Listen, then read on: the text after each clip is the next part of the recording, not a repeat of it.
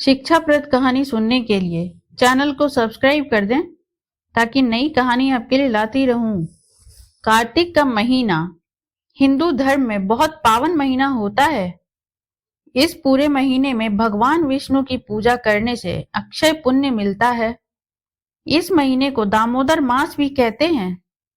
इसके पीछे श्री कृष्ण की एक बाल लीला है। आइए जानते हैं वो बाल लीला जिसके कारण कार्तिक के महीने को दामोदर मास भी कहते हैं। जैसा कि हम सभी जानते हैं कि भगवान श्री कृष्ण को बचपन से ही माखन खाना बहुत पसंद था। जब भी वो यशोदा मैया से नजर बचाते सीधा माखन खाने के लिए मटकी में हाथ डाल देते थे। एक बार यशोदा मैया माखन बनाकर रसोई घर में कुछ लेने चली गईं और श्री कृष्ण ने माखन की मटकी को ऊपर बंधा देख माखन खाने के लिए एक तरकीब अपनाई। श्री कृष्ण उस समय बहुत छोटे थे और उनका हाथ ऊपर टंगी माखन की मटकी तक नहीं पहुंच पाया। तब उन्होंने माखन खाने के लिए पास में रखे उखल को रखा और उस पर चढ़कर माखन की मटकी तोड़ माखन निकालकर खाने लगे। इतने में माँ यशोदा वहां पहुंची और उन्होंने देखा सारी मटकी टूटी पड़ी है। कान्हा की शैतानी पर माँ यशोदा ने उन्हें उसी उखल से बांध दिया। श्री कृष्ण को यशोदा माँ ने कमर पर रस्सी से कसकर उसी उखल से बांध दिया जिस पर वो चढ़कर माखन की मटकी से माखन निकालकर खा रहे थे।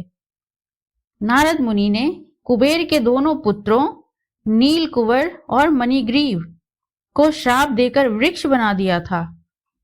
वो दोनों लोग श्राप पाने के बाद वर्षों से तपस्या कर रहे थे कि कब श्री कृष्ण जन्म लेंगे और कब उन्हें देवर्षि नारद के इस श्राप से मुक्ति मिलेगी।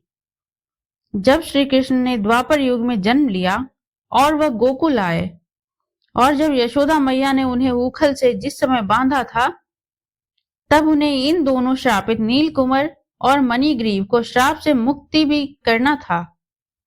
इन दोनों श्री कृष्ण के नंद भवन के बाहर वृक्ष बन गए थे। जब श्री कृष्ण बाल रूप में उखल से बंधे हुए थे तब पास में ये दोनों कुबेर के पुत्र एक श्रापित वृक्ष के रूप में थे। श्री कृष्ण ने अपनी लिली से बंधे उखल को इन दोनों वृक्षों के बीच रखा और कस के उखल को आगे की ओर खींचा। जैसे ही श्री कृष्ण ने उखल को कस कर खींचा वह दोनों वृक्ष धड़ाम से गिरे और उसमें से दो दिव्य पुरुष प्रकट हुए और अपने असली रूप में पुनः आ गए। उन्होंने श्री कृष्ण को हाथ जोड़कर प्रणाम किया और अपनी करनी की क्षमा याचना मांगी। श्री कृष्ण ने उन्हें क्षमा कर दिया और वे दोनों फिर से अपने लोक चले गए। इस तरह यह लीला उखल बंधन लीला कहलाई और यह लीला कार्तिक मास में ही हुई थी। श्रीमद् भागवत महापुराण में श्री कृष्ण की इस लीला को विस्तार से बताया गया है। जब दोनों वृक्ष गिरे तब यशोदा मैया श्री कृष्ण की चिंता करते हुए भागी चली आईं और उनके आंखों में आंसू आ गए थे। वह श्री कृष्ण से बोली, लल्ला अब मैं तुम्हें कभी सजा नहीं दूंगी। और श्री कृष्ण अपनी बाल रूप की मंद मुस्कान लिए यशोदा माँ के गले लग गए। दामोदर का अर्थ होता है पेट से किसी चीज को बांध देना। श्री कृष्ण के उखल से बंधे होने के कारण उनका नाम दामोदर पड़ा और कार्तिक के महीने को दामोदर नाम से भी जाना जाने लगा।